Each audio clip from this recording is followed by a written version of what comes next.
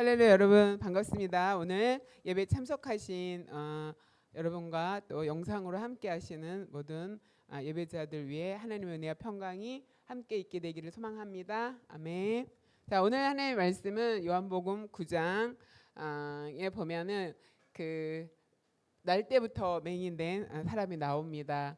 선천적으로 맹인되었던 사람이 빛을 보게 되는 그런 장면을 우리가 볼 수가 있습니다. 예수를 만난 사람들 여섯 번째 시간 빛을 본 사람 날 때부터 맹인. 우리가 지난번에는 38년 된 그 병든 사람이 있었는데 예수님께서 그 사람을 만나서 그 오래된 문제를 하나님 치유하시고 해결해 주는 모습을 우리가 생각해 봤습니다. 그래서 오래된 문제 내가 내려놓았던 이건 안 되는 문제야라고 포기했던 문제도 예수님이 다루시는 것을 우리가 말씀을 생각해 봤고요. 오늘은 날 때부터 태어나기부터 이미 앞을 보지 못하는 한 번도 빛을 본 경험이 없는 그런 선천적인 맹인. 우리가 선천적이라고 할 때는 이미 그 사람에게는 이건 나의 운명이구나. 난 이렇게 태어났어. 난 이렇게 사는 사람이야라고 생각하기 쉽습니다. 그래서 이 맹인은 소망을 가지지 않았어요. 나는 볼 거야. 볼 수 있어라는 소망을 갖지 못했습니다. 그런데 예수님께서 찾아가셔서 빛으로 오신 예수님이 그 어둠 속에 사는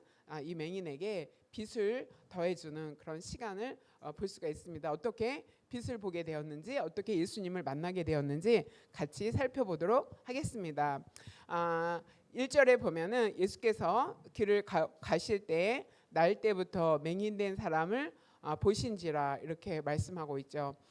그러니까 이 날 때부터 맹인된 사람은 예수님을 찾아가지 않았어요. 먼저 예수님 저가 앞을 볼 수 있도록 도와주세요라고 구하지 않았어요. 예수님이 먼저 길을 가시면서 그 맹인된 그 사람을 주목해서 봤어요. 주목해서 보셔서 그에게 이제 관심을 가졌죠. 그랬더니 제자들이 이렇게 말합니다. 선생님, 이 사람이 맹인된 것이 누구의 죄로 인한 일입니까? 이렇게 말합니다. 당시에는 구약 시대로부터 이렇게 어떤 고난을 당하거나 어려운 문제를 만나면은 죄 때문이다라는 그런 의식이 있었습니다. 그래서 제자들도 이 사람이 맹인된 것은 누구의 죄가 원인이 되었겠구나라고 생각했어요. 그래서 본인의 죄 때문에 맹인이 되었습니까? 아니면 그의 부모의 죄 때문에 맹인이 되었습니까? 라고 질문을 했습니다. 그러니까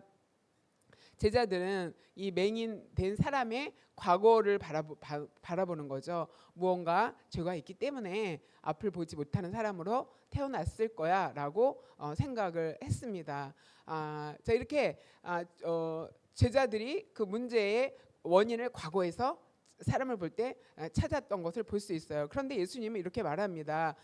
이 사람이나 그의 부모의 죄로 인한 것이 아니다. 그러니까 예수님은 그 현재의 맹인된 그 사람을 보면서 그 죄 때문이든지 원인을 찾는 것이 아니라 하나님이 하시는 일을 나타내고자 그렇게 된 것이다라고 문제를 바라봅니다. 그러니까 문제를 바라볼 때 하나님이 목적이 있다. 이 사람이 문제를 가지고 있고 어려움을 겪는 것은 그 속에 하나님의 그 어떤 계획이 있는 거다라면서 미래를 바라보면서 거기서 하나님이 행하실 목적을 찾는 모습을 볼 수가 있습니다. 그래서 오늘 우리가 날 때부터 맹인된 이 사람을 통해서 생각해 볼 것은 하나님은 문제 속에서 일하시는 분이다. 그리고 예수님께서 먼저 찾아오죠. 맹인이 먼저 예수님을 찾아오지 않았어요. 맹인이라는 것은 앞을 보지 못하는 어두움 속에서 살아가고 있고 누군가의 도움이 아니면 움직일 수 없는 사람. 그다음에 나는 태어날 때부터 맹인이었기 때문에 이 상황은 내 운명이야. 나는 이렇게 살 수밖에 없는 사람이야라고 살아가는 그 사람을 예수님 먼저 찾아가십니다. 그에게 찾아가서 그에게 구원을 베푸시는 것을 볼 수가 있습니다. 우리도 눈은 떠서 본다고 하지만 이 세상은 어둠 속에 있는 그런 세상이 상황이라는 것을 알 수가 있습니다. 이 어둠 속에 살고 있는 우리에게 예수님 먼저 찾아와 주셔서 빛을 볼 수 있도록 역사하신 것을 여러분이 믿게 되기를 소망합니다. 욥의 친구들이 욥이 어려운 일을 당했다라는 소식을 듣고 먼 곳에서 3명의 친구가 다 달려왔습니다. 그래서 멀리서 볼 때만 보더라도 요셉의 처지가 굉장히 어렵다라는 것을 느끼고 세 친구가 모여서 욥의 고난을 보면서 아무 말도 하지 못했어요. 처음에는 아무 말도 하지 못하고 일주일 동안 그 곁에 있으면서 울면서 그 고난을 함께 동참했던 것을 볼 수가 있어요. 그런데 시간이 지나면서 이 친구들이 한마디씩 얘기하면서 뭐라고 얘기하냐면 하나님은 의인은 복을 주지만 악인은 벌하신다. 혹시 네 속에 네가 잘 깨닫지 못하는 죄가 숨어 있지 않은지 살펴봐라. 이렇게 말했습니다. 그래서 욥의 친구들도 욥의 고난이 죄 때문이라고 생각하고 죄가 있는 거 아닌지 한번 살펴보라. 이렇게 말했습니다. 제자들도 맹인을 바라볼 때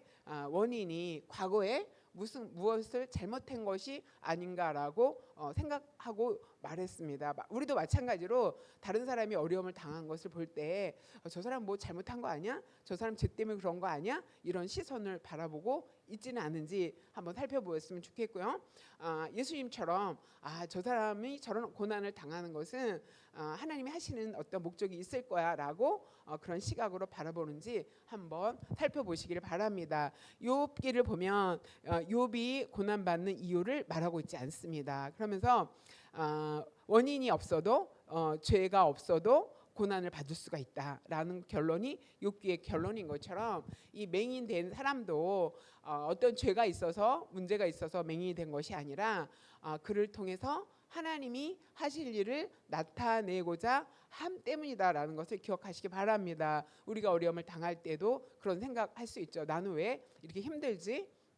그러면서 그 문제에 빠져서 또 원인을 찾는 건 중요하긴 하지만 그 원인 때문에 낭망하고 좌절하고 난 이렇게 살 수밖에 없는 사람인가? 라고 생각할 수도 있습니다. 그러나 예수님처럼 이 문제를 통해서 내가 당한 이 고난과 어려움을 통해서 하나님이 어떤 일을 하고자 하시는 목적이 있는 건 아닐까라는 시각으로 우리 개개인의 문제를 바라볼 수 있게 되길 소망합니다. 그래서 하나님은 그 문제 속에서 맹인을 통해 일하시는 것처럼 우리의 삶 가운데 만나는 문제를 통해서 일하실 줄 믿습니다. 아멘. 자, 4절에 보니까 때가 아직 낮임에 나를 보내신 이의 일을 우리가 하여야 하리라. 밤이 오리니 그때는 아무도 일할 수 없다. 예수님이 이렇게 말합니다. 지금 낮이다. 나를 보내시니 하나님의 일을 우리가 하여야 될 때이다. 그런데 일할 수 없는 때가 온다. 이렇게 말씀하시죠. 그러니까 예수님은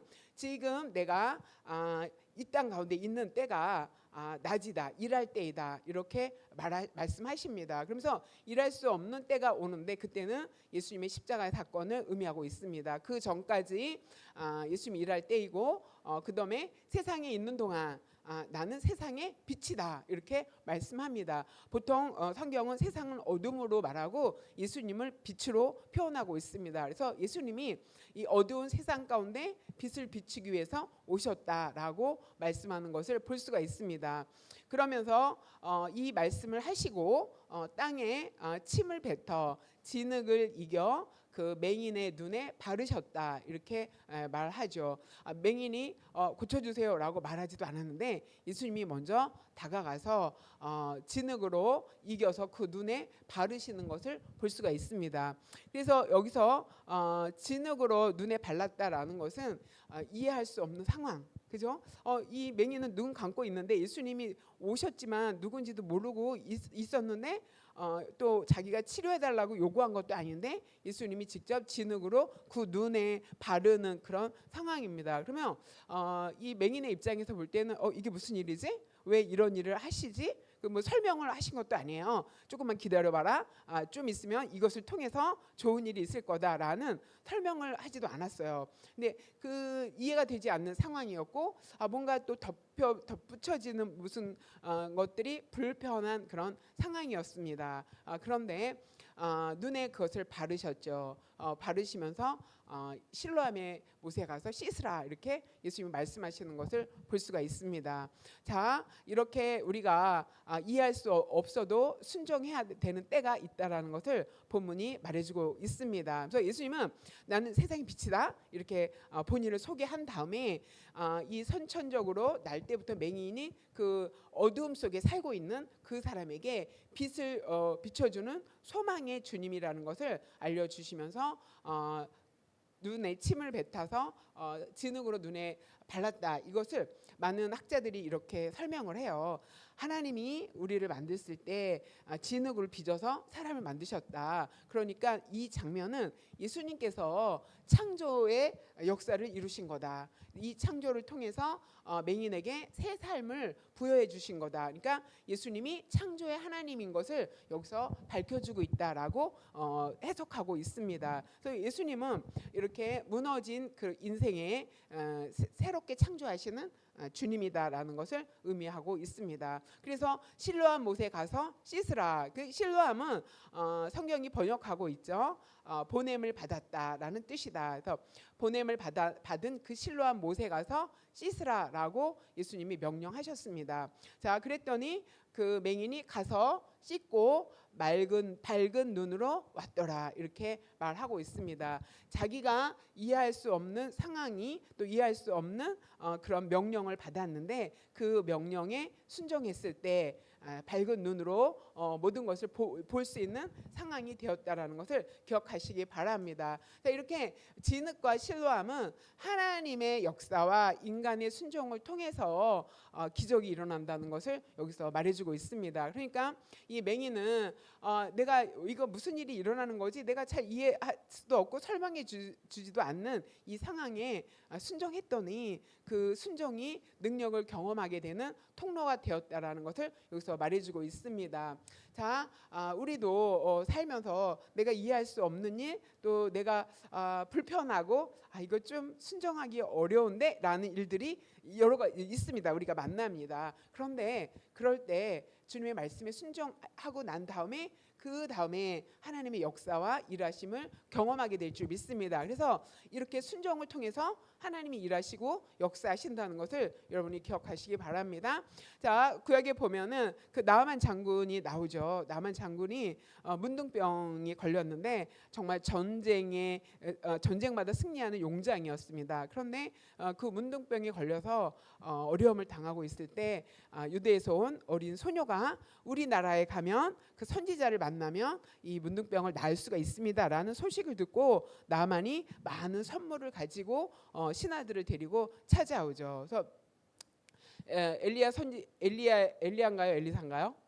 갑자기 엘리야 찾아오죠. 그래서 뭐라고 말하냐면 요단강에 가서 7번 몸을 씻어라 이런 명령을 내립니다. 그때 나아만 장군이 화가 났어요. 내 생각에는 나와서 나하고 인사하고 내가 비록 문둥병이지만 내 문둥병 난 이 몸을 손을 직접 잡고 위로하면서 치료해 줄 것을 내가 기대했다. 그렇게 할 거라고 생각하고 왔는데 만나주지도 않고 종을 시켜서 요단강에 가서 7번 씻으라 이 말만 했습니다. 우리나라에도 요단강보다 더 깨끗하고 좋은 강이 많이 있다. 그래서 화를 내고 돌아가려고 했습니다. 그때 옆에 있던 종들이 신하들이 이렇게 권면합니다. 뭐가 어렵습니까? 이거보다 더 어려운 것을 하라고 해도 했어야 될 텐데 가서 물을 담궜다가 7번 담궜다가 나오라고 한 말이 뭐가 어렵습니까?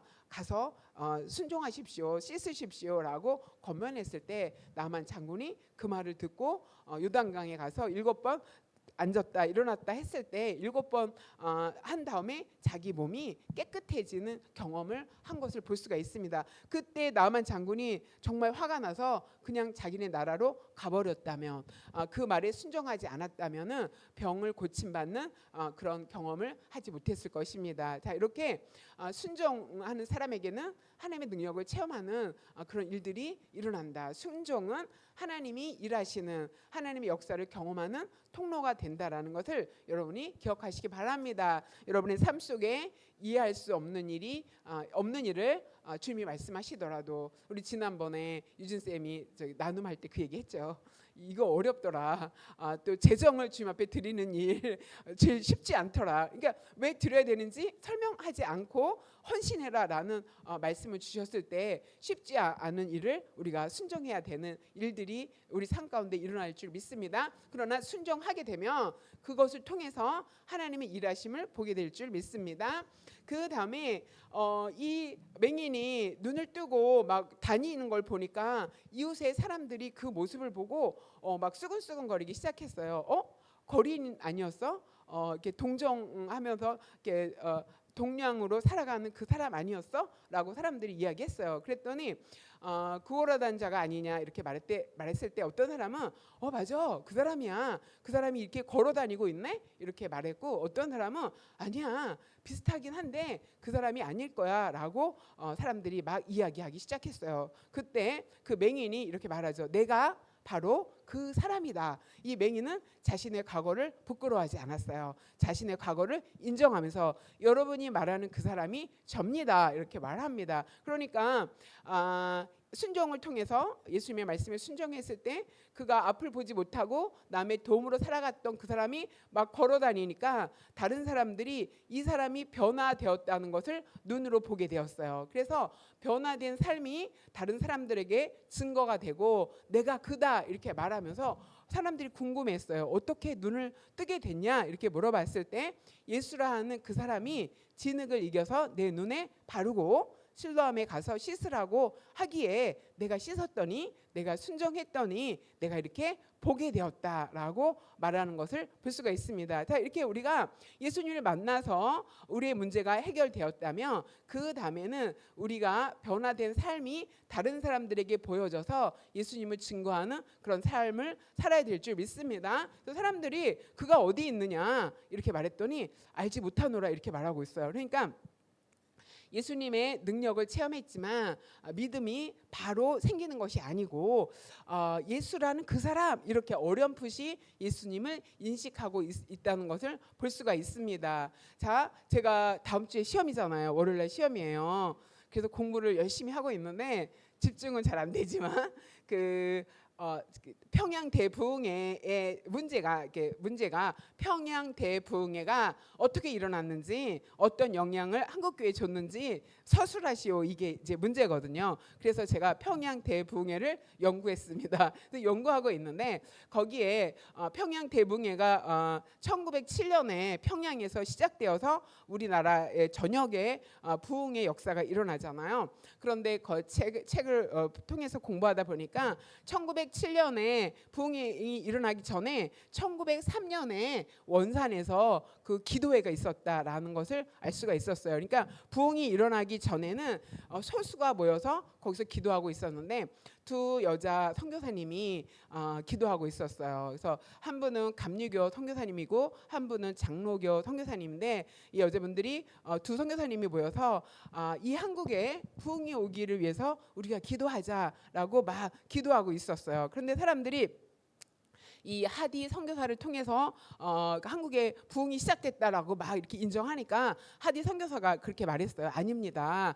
제가 이렇게 부흥 사역을 이끌기 이전에 이미 기도가 시작되었습니다. 그래서 그 수녀들이 하디 선교사에게 부탁을 했어요. 우리에게 어떻게 하면 기도를 잘할 수 있는지 강의 좀 해주십시오라고 해서 이제 이 하디 선교사가 이제 그 원고를 작성하고 거기에 이제 갔어요. 가서 이제 말씀을 전할 때 하나님의 그 성령의 역사가 그 가운데 일어났었거든요. 그런데 하디 선교사가 가서 설교하면 사람들이 다 모여서 변화되고 막 그랬대요. 그래서 그 원인이 뭐냐면 이 하디 선교사는 독일의 선교사인데 독일에서 유명한 의과 대학을 나왔어요. 그리고 박사를 받고 선교로 왔는데 선교 사역을 계속 실패했다고 합니다. 그래서 많이 실패했는데 하디 선교사에게는 이렇게 그 이렇게 우울감, 그러니까 뭐지 그 자신감이 넘쳤고 그다음에 나는 공부도 많이 했고 백인이고 막 이런 우월감을 많이 가지고 있었다고 합니다. 그러면서 실패의 원인은 내가 나 때문에 실패한 것이 아니라 이 사람들에게 문제가 있다. 그래서 이게 안 되는 거다 이렇게 생각하고 있었는데 이 하디 선교사가 이제 말씀을 전하면서 성령의 능력을 받고 변화되어지면서 하디 선교사가 그때 그 원산 그 부흥의 그 기도 현장에서 막 고백을 했다는 거, 죄 고백을 했대요. 내가 여러분 이렇게 교만했었습니다. 내가 이렇게 생각했는데 알고 보니까 다 내 문제인데 다 다른 사람의 문제라고 생각하고 나는 교만하고 난 우월했고 막 그렇게 잘났다라고 생각했는데 그게 아니었습니다라는 고백을 하는 것을 통해서 사람들이 정말 저 사람 정말 아픈 사람이 하디 선교사한테 찾아가라 그러면 내가 아프고 말지 저 사람한테 가서 치료받지 않겠다 이렇게 친절하지 않은 것을 볼 수가 있죠. 그래서 사람들이 그 사람에게 치료받기 원하지 않았는데 자기의 잘못을 이렇게 고백하면서 사람들이 그 모습을 통해서 막 돌아오는 그런 역사가 일어났다고 합니다. 그러니까 하디 선교사가 변화된 모습을 보고 사람들이 다 이제 모여들기 시작했고 함께 기도하는 그런 역사가 일어났다고 합니다. 그러면서 부흥에는 그 안에 작은 기도가 불꽃 같은 기도가 있었고 그 다음에 변화된 삶의 모습을 통해서 큰 부흥이 일어났다라는 것을 제가 연구하면서 깨닫게 되었습니다. 이렇게 맹인이 삶이 변화된 것을 사람들이 보면서 묻게 되죠. 그러면서 예수님을 증거하게 됐습니다. 예수님이 나를 치유하셨다라고 이렇게 증거가 되었듯이 우리의 변화된 하나님의 우리 삶 속에 역사하신 여러 가지 증거들을 가지고 예수님을 전하는 저와 여러분 되시길 소망합니다. 그래서 이해할 수 없어도 순종했을 때 하나님의 역사를 우리가 경험할 수 있는 것을 기억하시기 바랍니다. 그 다음에 이제 13절부터 34절까지 굉장히 긴 본문을 치유하는 그 구절은 1, 2절에 끝나는데 이 맹인이 어려움을 당하고 고난을 당하고 시험을 당하는 일이 굉장히 길게 서술되는 것을 볼 수가 있습니다. 이건 뭐냐면은 은혜를 받은 사람에게는 시험이 찾아온다라는 것을 의미하고 있습니다. 이 맹인이 이 시험을 어떻게 극복하고 이겨냈는지 한번 살펴보기로 하겠습니다. 자, 사람들이 이 맹인이 눈을 떠서 보는 것을 보고 바리새인들에게 데려갔어요. 바리새인들에게 데려가서 그날이 안식일이었기 때문에 이 사람은 안식일을 범한 사람이다라고 생각한 거예요. 그래서 맹인을 데리고 지도자들 바리새인들에게 데려가는 것을 볼 수가 있습니다. 그러면서 바리새인들이 그 맹인에게 묻습니다. 어떻게 해서 보게 되었느냐 이렇게 물어봤을 때 또 똑같은 말을 합니다. 예수님이 나를 이렇게 해서 실로암에 가서 씻고 오라고 해서 내가 순종했더니 볼 수 있게 되었습니다라고 말합니다. 그랬더니 바리새인은 뭐라고 말을 하냐면은 이 사람이 안식일을 지키지 아니했으니까 예수님이 안식일을 지키지 않았다 이렇게 생각하는 거예요. 그러면서 하나님께로부터 온 사람이 아니다. 자, 그러니까 이 종교적인 압박이 있었는데 이 바리새인들은 이 사람이 치유됐고 정말 볼 수 없는 그런 남의 도움을 받고 살 수밖에 없는 이 사람이 보게 되었으니까 얼마나 기쁘고 좋은 일이냐라고 생각하지 않고 규정을 어겼다.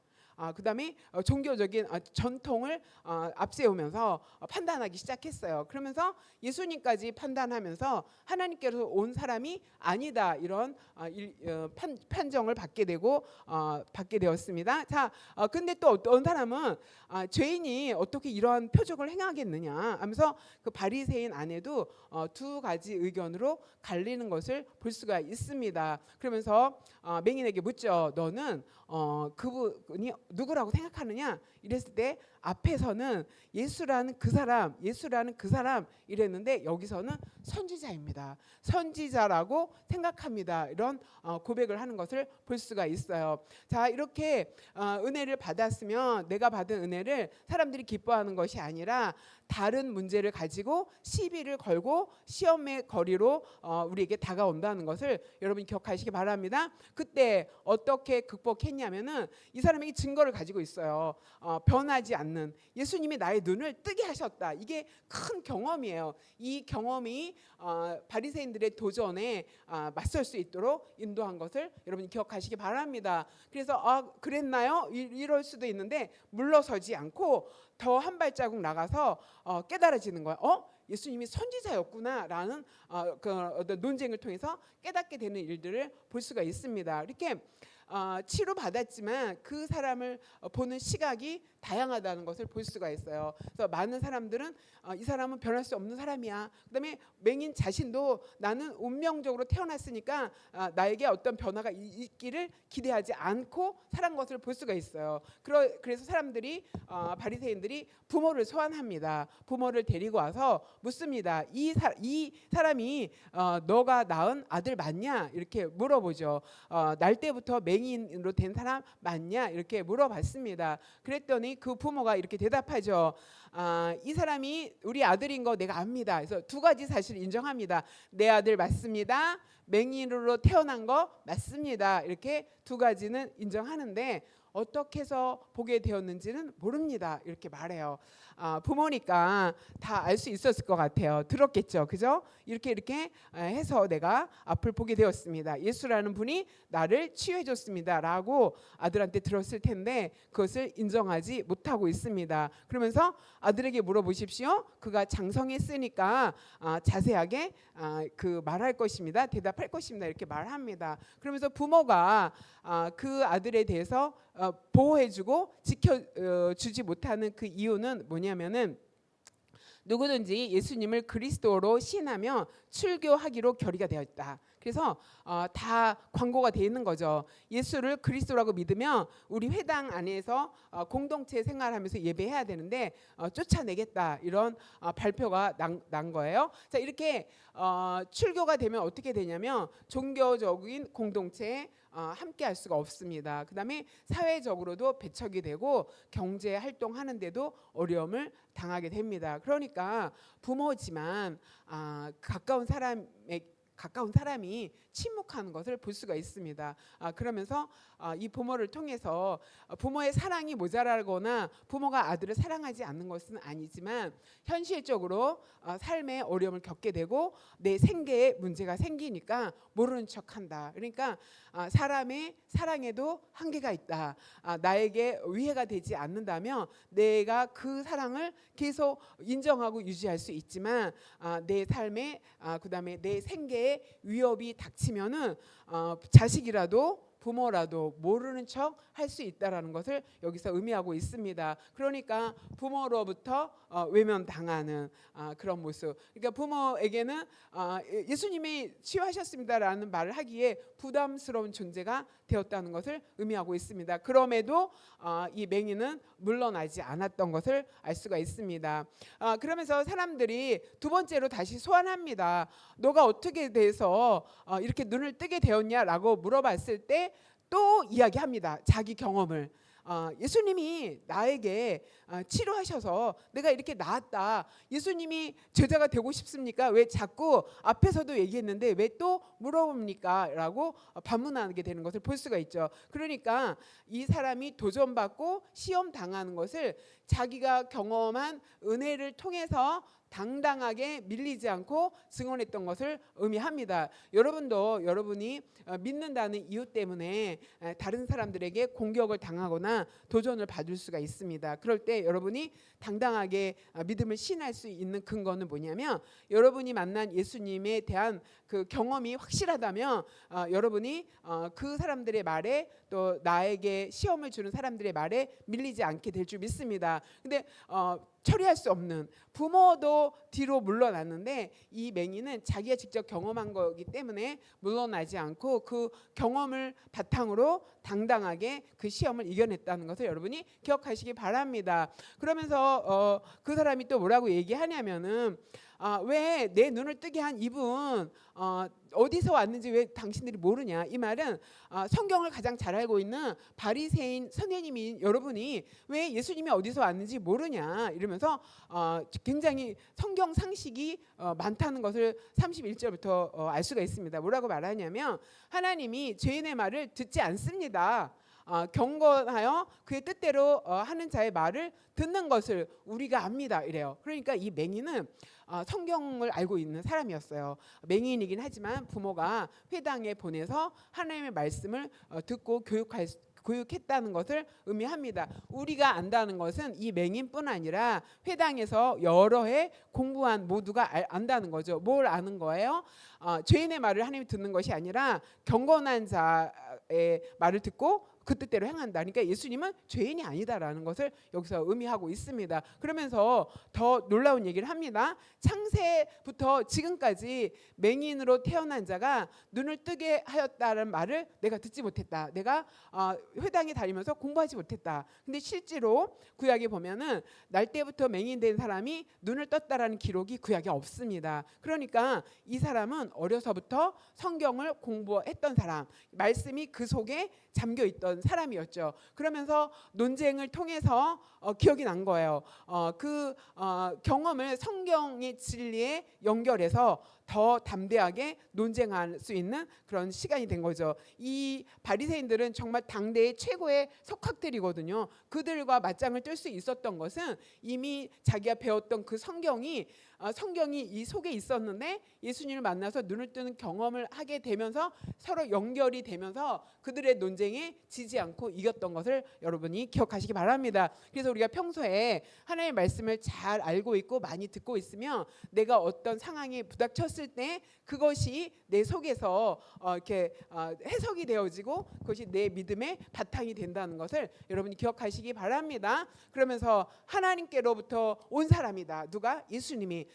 예수라는 그 사람이 선지자라는 고백으로 이어졌고 그 다음에는 하나님께로부터 온 사람이라는 것까지 깨닫게 되는 거죠. 그러니까 많은 논쟁을 통해서 예수님을 더 깊게 아는 과정으로 나아가는 것을 볼 수가 있어요. 그랬더니 논쟁하던 그 사람들이 이길 수 없다라는 것을 보면서 제 가운데 나서 이게 죄인으로 판정했어요. 너는 죄인인데 우리를 가르치려 하느냐 이러면서 그 사람을 출교시킵니다. 쫓아내죠. 그러니까 진리를 선택한 대가를 치르게 되었다. 우리가 예수님을 믿으면서 예수님을 믿는 믿음의 생활을 하게 될 때 그에 따르는 대가를 지불해야 되는 그런 도전이 우리 삶에 있게 된다는 것을 여러분이 기억하시기 바랍니다.